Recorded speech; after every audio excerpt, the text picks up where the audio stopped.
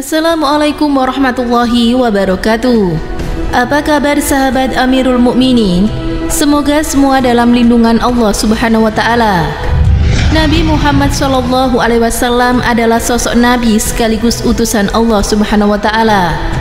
Beliau memiliki kepribadian yang luhur. Tentu setiap umat Nabi Muhammad SAW ingin sekali berjumpa dan melihat langsung wajahnya. Bahkan umat yang hidup tidak di masa Nabi Muhammad SAW dan tidak tahu wajah asli Rasulullah memiliki kerinduan yang luar biasa. Sebab keagungan Nabi Muhammad SAW diceritakan langsung dalam Al-Quran dan sejumlah risalah kenabian. Jangankan umatnya, hewan pun memiliki kerinduan dan ingin melihat langsung wajah Rasulullah SAW. Seperti kisah seekor ular berikut ini yang menunggu ribuan tahun di Gua Sur agar bisa berjumpa dengan Nabi Muhammad SAW. Suatu ketika, Abu Bakar menemani Rasulullah SAW saat hendak keluar kota Mekah karena pemuda kafir Quraisy ingin membunuh Nabi. Abu Bakar menemani Rasulullah SAW bersembunyi di Gua Sur. Bahkan Abu Bakar mendampingi Nabi menginap di dalam gua. Sebelum memasuki gua, Abu Bakar menutup lubang-lubang kecil agar aman dari serangan binatang buas. Saat tidur di dalam Gua Sur, Nabi Muhammad SAW melabuhkan kepala beliau di pangkuan Abu Bakar. Namun tiba-tiba seekor ular keluar dari dalam lubang yang belum sempat ditutup oleh Abu Bakar. Abu Bakar menatap ular tersebut dengan penuh waspada. Ingin rasanya Abu Bakar menarik kakinya menjauh dari ular berbisa itu. Namun keinginannya itu diurungkan, sebab dia khawatir dapat mengganggu tidur Rasulullah SAW.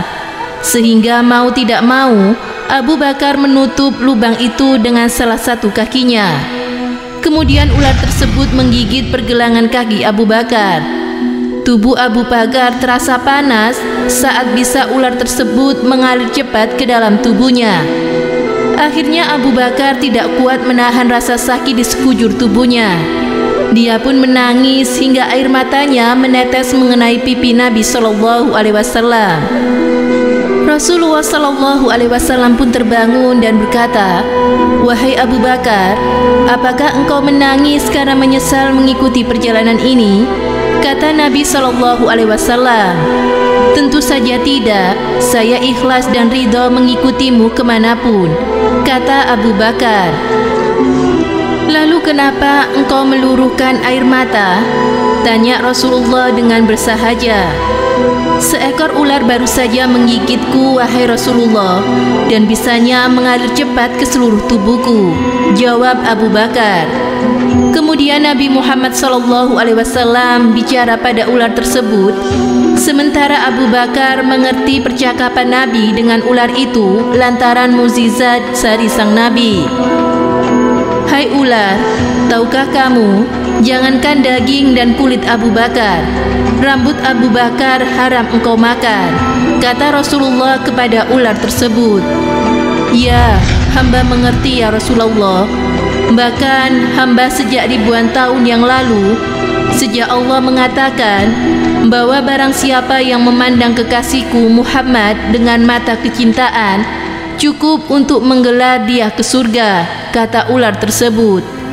"Ya Rob, beri aku kesempatan memandang wajah kekasihmu.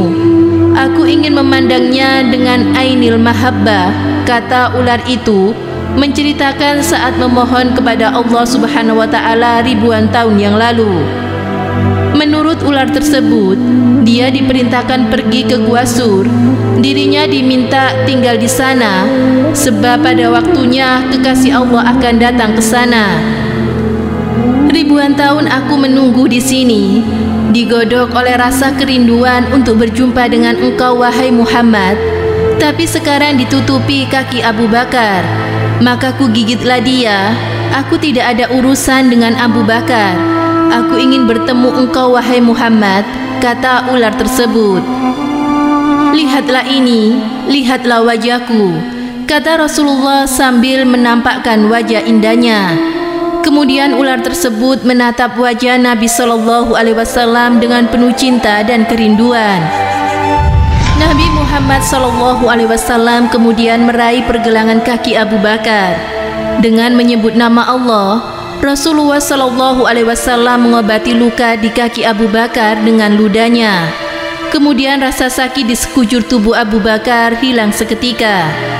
Masya Allah, inilah kisah ular yang menunggu ribuan tahun di Gua Sur untuk melihat wajah Rasulullah Shallallahu Alaihi Wasallam. Semoga kisah ini bisa menginspirasi kepada kita semua akan kecintaan kita kepada Rasulullah Sallallahu Alaihi Wasallam dan ketaatan kita kepada Allah Subhanahu Wa Taala. Semoga bermanfaat. Wallahu a'lam bishawab.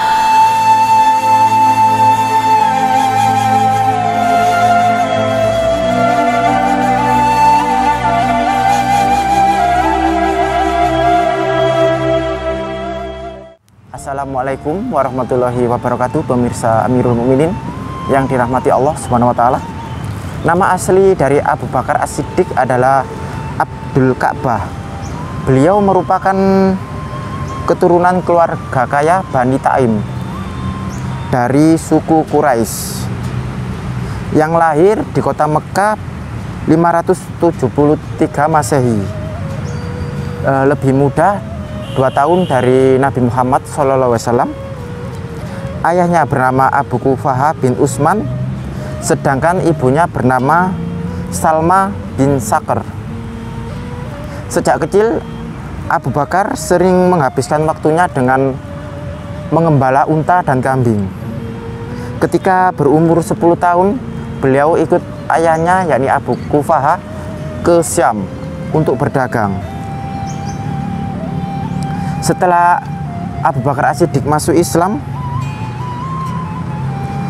beliau menyebarkan Islam ke sahabat-sahabat dekatnya.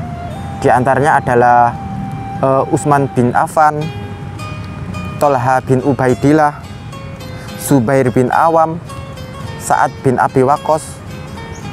Dan mereka semua ini adalah termasuk 10 sahabat yang dijamin masuk surga oleh Allah Subhanahu wa taala.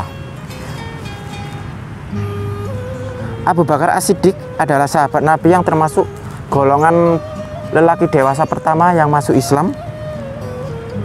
Ia mendapatkan gelar As-Siddiq karena peran beliau menjadi orang pertama yang membenarkan Isra Mi'raj Nabi Muhammad SAW. Abu Bakar bukan hanya orang terdekat Rasulullah, beliau sebagai sahabat yang paling utama yang juga merangkap sekaligus sebagai mertua Nabi Shallallahu Alaihi Wasallam. Beliau aktif dalam kegiatan dakwah Islam mulai dari ikut berperang dan berdakwah. Setelah Nabi Muhammad Shallallahu Alaihi Wasallam wafat, maka Abu Bakarlah yang menggantikan posisi beliau menjadi khalifah Rasulullah, sehingga Abu Bakar adalah khalifah pertama di dalam memimpin umat Islam. Rahimakumullah Abu Bakar As-Siddiq. Semoga memberi manfaat. Wassalamualaikum warahmatullahi wabarakatuh.